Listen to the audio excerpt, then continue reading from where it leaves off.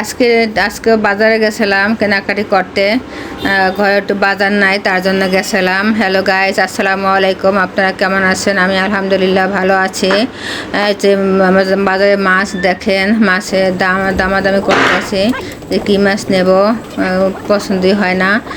তারপরে নিছি পোয়া মাছ নিছি।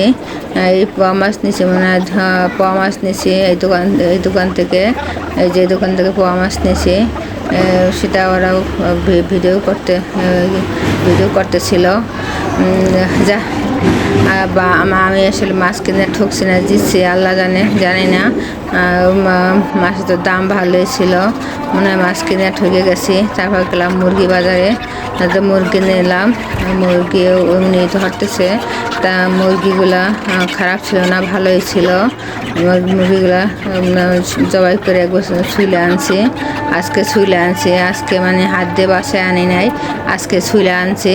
আপনারা ওই যে মাপতে আছে কত গ্রাম এখন জবাই করতে আছে মুরগিগুলা, একটা করে জবাই করে তারপরে চলবে।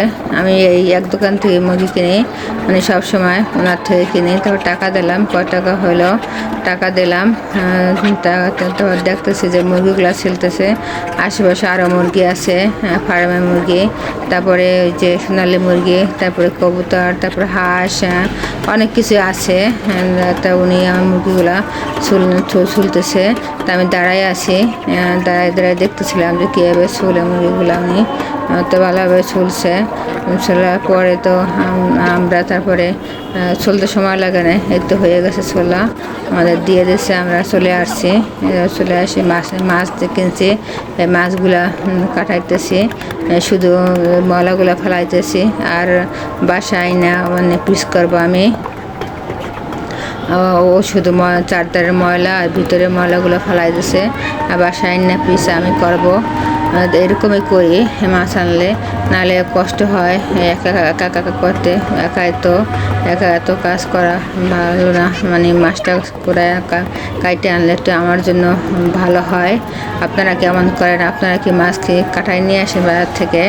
না এমনি নিয়ে আসেন না পুরো কাটে? আপনারা যদি আমার ভিডিও ভালো লাগে লাইক কমেন্ট শেয়ার অবশ্যই করেন।